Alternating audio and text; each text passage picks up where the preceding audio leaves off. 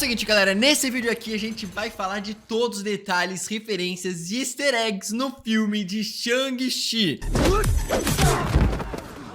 Você tá louco? Esse aqui é um vídeo que faz parte da nossa saga Marvel, onde uma vez por semana, com um vídeo aqui no canal, estamos trazendo em ordem cronológica, desde a primeira produção do MCU até Vingadores Doomsday, relembrando todo o universo e as suas conexões e easter eggs, cada uma das suas produções, pra quando chegar Doomsday a gente surtar igual uns malucos, porque a história vai estar fresquinha na nossa mente. Então já deixa o like, se inscreve no canal e confere a playlist Saga Marvel aqui no canal, porque o vídeo anterior foi Loki segunda temporada, mas tem uma série que veio logo em seguida, que é a série de WandaVision, que se passa semanas após Ultimato. O que é o luto, senão o amor que perdura? Já tem um vídeo absurdo de completinho, de perfeito, com 1 hora de duração que a gente fez aqui antes da série de Agatha Harkness estrear e já tá na nossa playlist Saga Marvel. Então já é uma boa você ir lá conferir se você não viu aquele vídeo, eu te garanto. Tem muitos detalhes e tá insano. O que eu quero fazer é correr! Agora, vamos falar simplesmente de um dos filmes com uma das cenas mais insanas de luta que você pode escolher. Qual cena insana que tu gostou mais?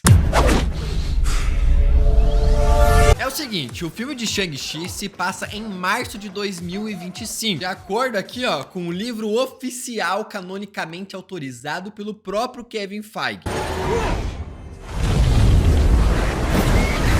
Significa que o filme está se passando, então, 4 meses após os eventos de WandaVision e Vingadores Ultimato. Já logo, a primeira cena desse filme aqui mostra a bandeira com os 10 anéis, sim, que apareceu pela primeira vez no MCU no filme de Homem de Ferro 1 em 2008. Aqui então vemos e descobrimos nesse filme que o Mandarim na verdade se chama Wen-Wu, aonde nos quadrinhos ninguém ainda sabe qual é o verdadeiro nome desse personagem. O Mandarim.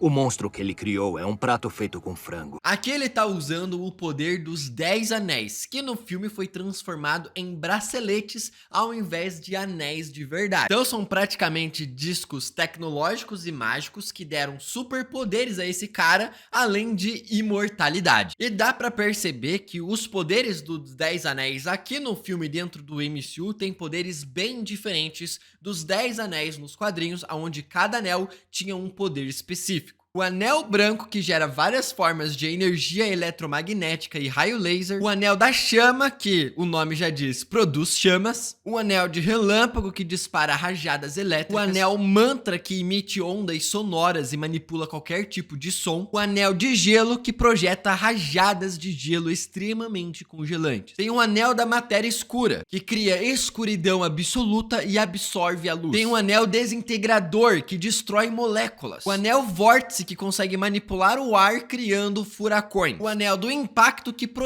protege o usuário de qualquer objeto concussivo. E o anel luz negra, que permite transformar um objeto em um outro objeto.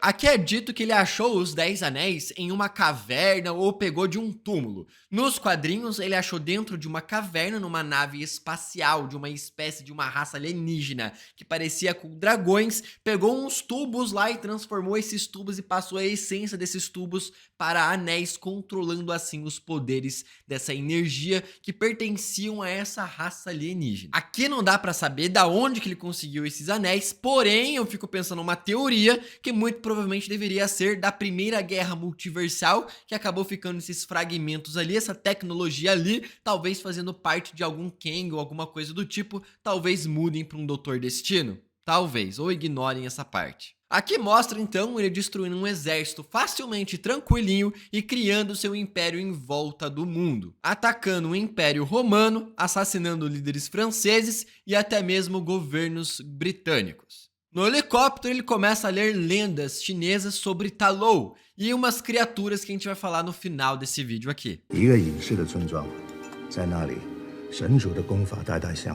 Ele vai em busca de Ta Lo e encontra a guardiã da entrada dessa dimensão. e derrota o cara como se fosse uma dança. Ele tenta lutar várias vezes e em todas ele acaba sendo derrotado. Isso porque ela consegue controlar ali o poder que é dado através do dragão, que é chamado de a Grande Protetora. Isso faz justamente os dois se apaixonarem, abandonarem as suas vidas, terem o Shang-Chi e a sua irmã, e ela então entrega ao seu filho colares feitos de pedra verde que vão vir a se tornarem as chaves para acessar Ta Lo. No presente a gente acompanha ali o Shang-Chi já adulto morando em São Francisco, a mesma cidade do Scott Lang. Ali vemos a prisão de Alcatraz, onde um dos funcionários de Loki simplesmente era um bandido fugindo de lá. Ali também a gente vê um local famoso em São Francisco, onde tem uma cena de perseguição de carro em Homem-Formiga 2. Aqui ele trabalha como manobrista junto com a sua amiga Cat, que simplesmente pega um carrão ali do cliente e fala que ela é tipo a Ayrton Senna asiática. Eu sou a Ayrton Senna da Ásia. Uma referência ao maior piloto de Fórmula 1 da história. Não sei quem é esse. A Fórmula 1 nunca teve um piloto tão incrível. Eles vão para um jantar com amigos e lá eles contam a história de como se conheceram, com o Shang-Chi citando Gangnam Style, uma música super famosa que estourou demais quando foi lançada. Grita no corredor. Abre o olho, Gangnam Style. E eu respondi, não sou coreano, idiota. E nessa mesma conversa, a amiga deles cita os eventos do estalo do Thanos em Guerra Infinita. A gente vive num mundo em que a qualquer momento metade da população corre o risco de desaparecer. Depois disso, eles vão para um karaokê, cantam a música de Aladdin e The Old Town Road.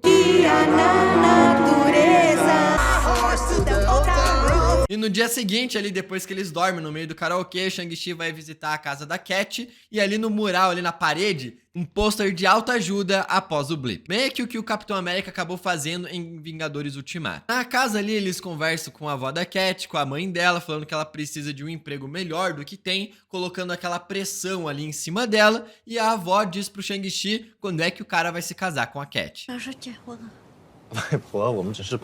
Os capangas do Wenwu simplesmente aparecem no ônibus ali para pegar o colar do Shang-Chi. E eles começam a lutar quando um deles simplesmente machuca a Cat, mandando o Shang-Chi direto pra luta em uma cena completamente insana.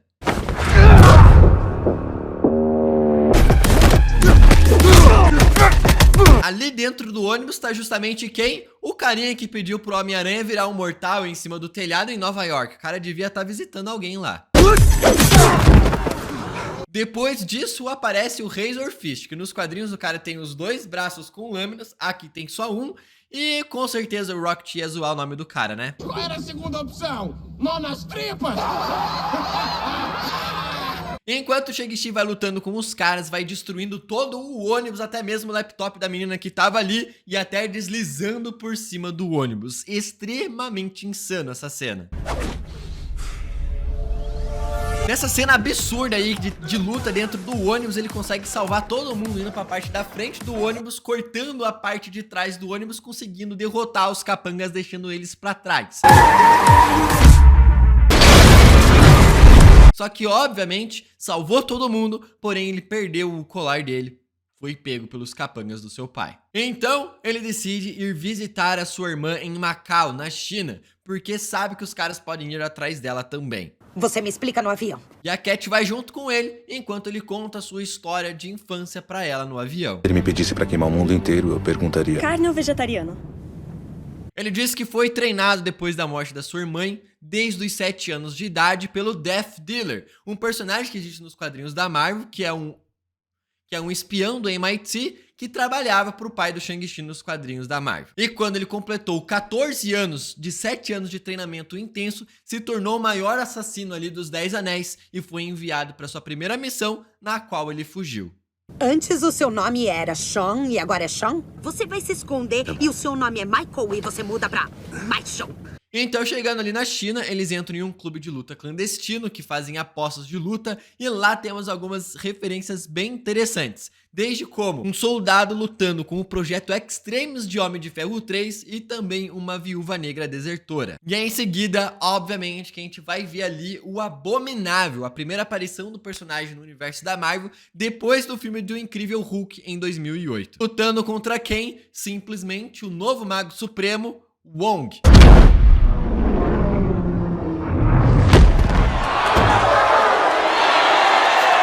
detalhe aqui para a aparência do Abominável, que tá bem diferente do primeiro filme, ficando bem mais similar com a dos quadrinhos. No camarim, depois da luta, o Wong abre um portal ali para controle de danos, que vai vir ser a prisão do Abominável, que nós vamos ver na série da She-Hulk mais pra frente. Então ali o Shang-Chi, quando tava entrando no local, assinou ali um documento que era para participar de uma luta, e adivinha contra quem que ele vai lutar? Contra a sua irmã, que simplesmente ele tentando bater, evitando bater nela, ela derrota o cara com um chutão no meio da boca, fazendo ele desmaiar.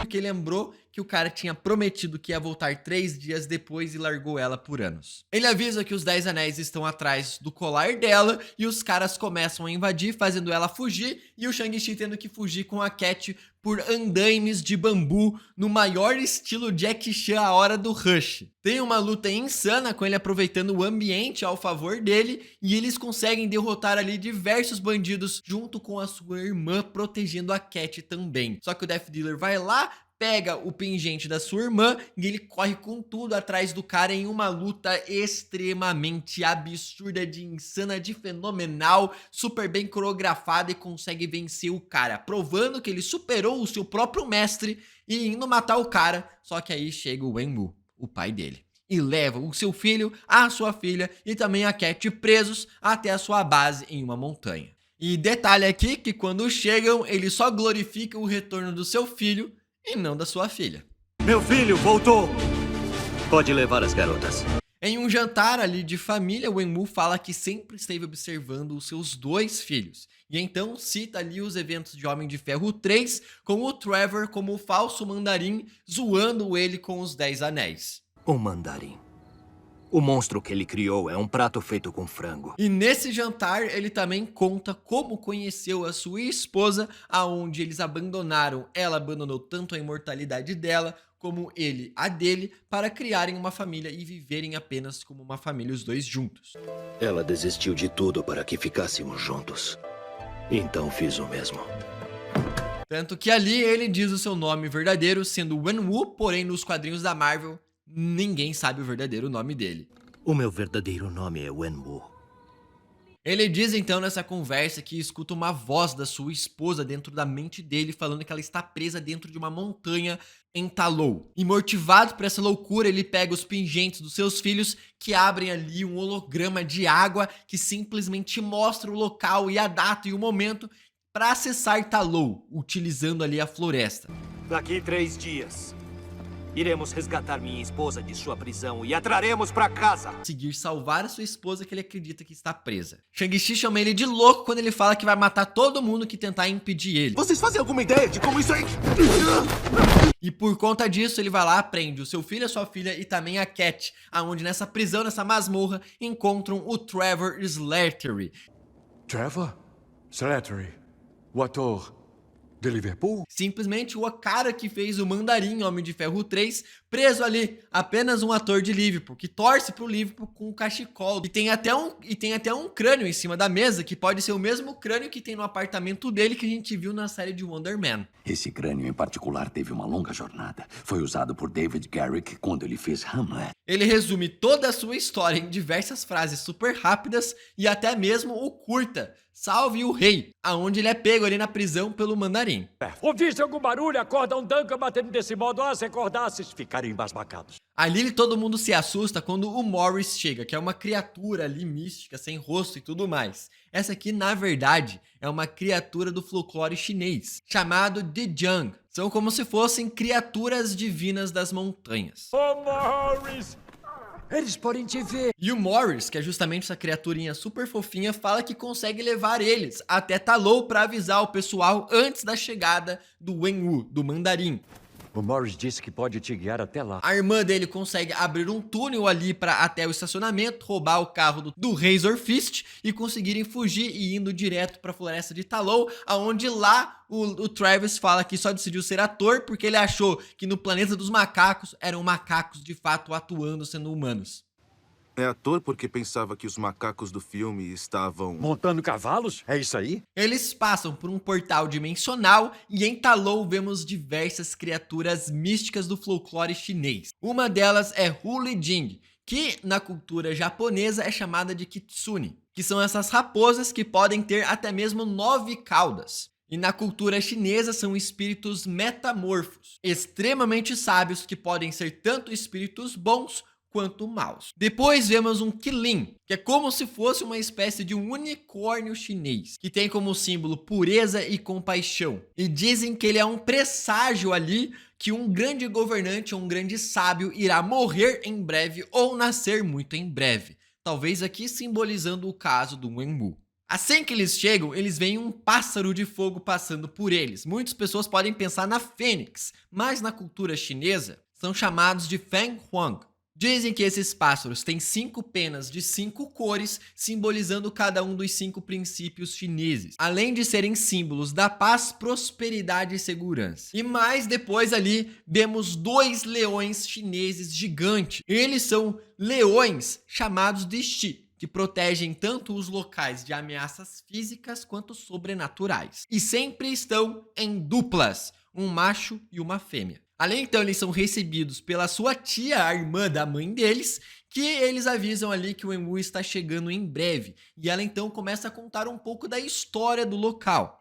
Somos os protetores do Portão Sombrio. Juramos proteger esse reino e o de vocês de toda a maldade que está presa atrás dele. Que é justamente Ta Lo, aonde nos quadrinhos da Marvel apareceu pela primeira vez em Thor 301. As pessoas que vivem em Ta Lo são chamadas de Xian, e lá elas são imortais enquanto estão dentro dessa dimensão.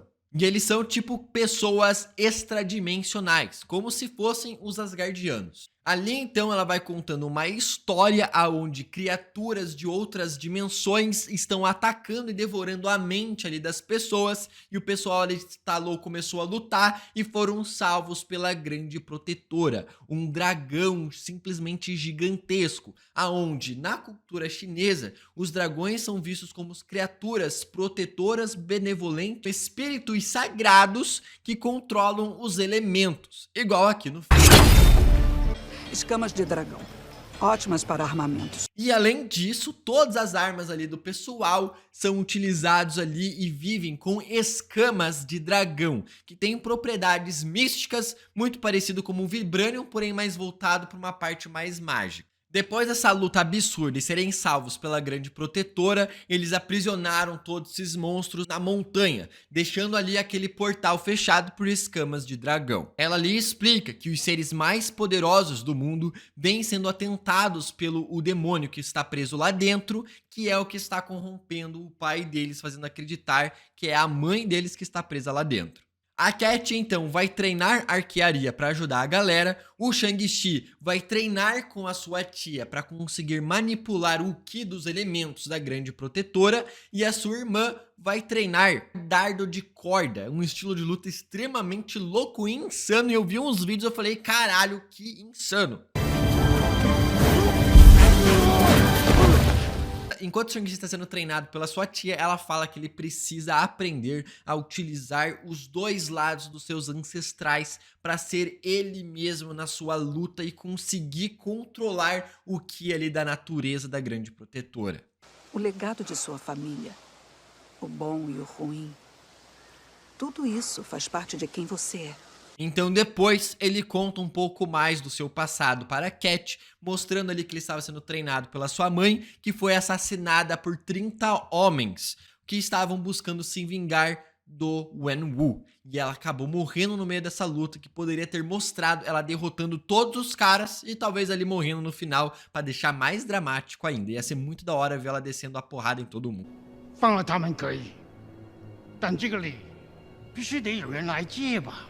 Depois ele conta que o seu pai chega depois e começa a assassinar todo mundo por vingança, que matou a sua esposa, com o Shang-Chi ainda criança apontando e mostrando quem eram os culpados.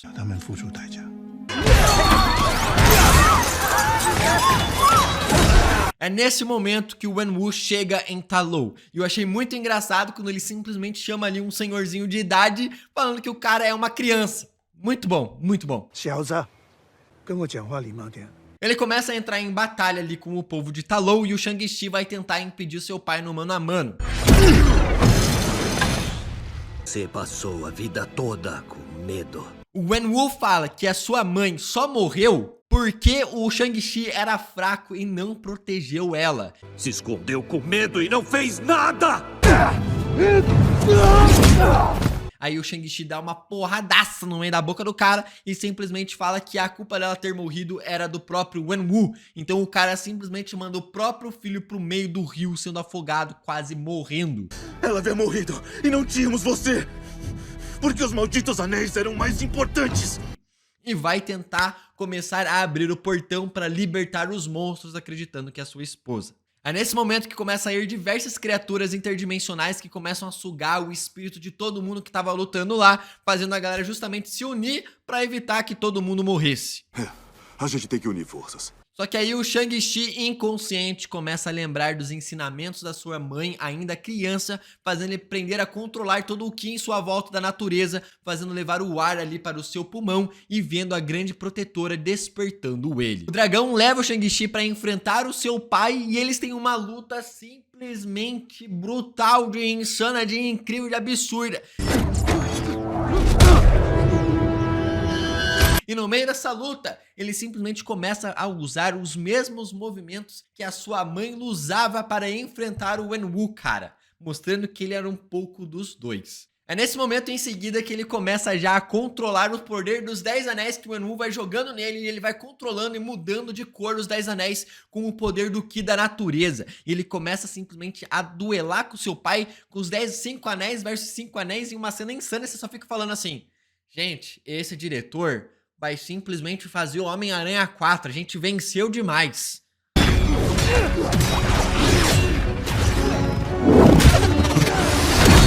O Shang-Chi consegue controlar todos os 10 anéis ao seu favor e simplesmente descarta os 10 anéis falando que ele não vai matar o próprio pai. Só que aí já é tarde demais, porque o grande devorador de mentes simplesmente se liberta e o Wenwu, quando o devorador vai atacar eles, ele salva o próprio filho se sacrificando no lugar dele.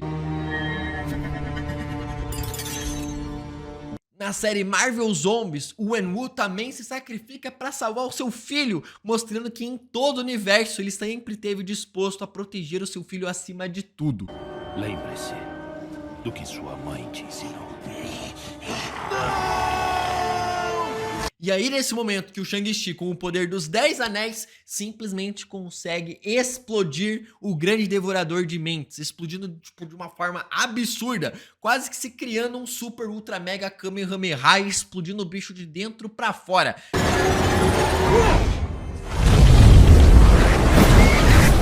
Tanto que esse Kamehameha aqui é descrito na conversa depois que ele tá tendo com a Cat e os seus amigos lá no jantar, e ela falando exatamente a mesma coisa, fazendo uma referência a Dragon Ball. Usou os 10 anéis pra fazer um Kamehameha de fogo muito louco que explodiu aquela coisa. Obviamente ali depois a galera faz o funeral, pai e tudo mais, se despede e eles vão voltar a viver em São Francisco. Até que ali na conversa no jantar, chega o Wong chamando o Shang-Chi, querendo saber sobre os 10 anéis. Os anéis estão com você? Então sim. Legal. Andando. E é nesse momento que a gente vai pra cena pós-créditos com o Wong, a Capitã Marvel e o Bruce Banner, cara. Capitã Marvel ali, momentos antes do filme The Marvels. E ali tá a Capitã Marvel que simplesmente sai ali pra fazer alguma missão no meio do espaço e tem o Bruce Banner citando tanto o Vibranium quanto também os Chitauros, tecnologias Chitauros, por não saberem o que são esses 10 anéis de verdade. E não são de Vibranium. Chitauri? Essa tecnologia alienígena eu nunca vi. Porque os 10 anéis estão começando a emitir um sinal para algum lugar muito, muito distante. E não sabem de quanto tempo esses 10 anéis aí existem. Falando que é extremamente antigo. Dando a sugerir que poderia ser da primeira guerra multiversal, da batalha que teve entre todas as variantes do Kang. Eles estavam com o seu pai há... Tipo, uns 1000 anos. Agora não dá pra saber se poderia vir a se tornar agora uma tecnologia utilizada pelo Doutor Destino. E ali tá o Bruce Banner, utilizando ali uma tipóia no braço, igual tava utilizando em Vingadores Ultimato. E mostrando que ele também consegue controlar a sua transformação. E a segunda cena pós-créditos é a irmã do Shang-Chi começando a liderar agora os 10 anéis. Então esse é o início. O trabalho vai ser grande. Esse aqui foi simplesmente todos os detalhes, referências, easter eggs e conexões e o resumo da história completinha de Shang-Chi. Agora começa aqui a assistir os outros vídeos da nossa saga Marvel. Até o próximo vídeo e Tica, tica.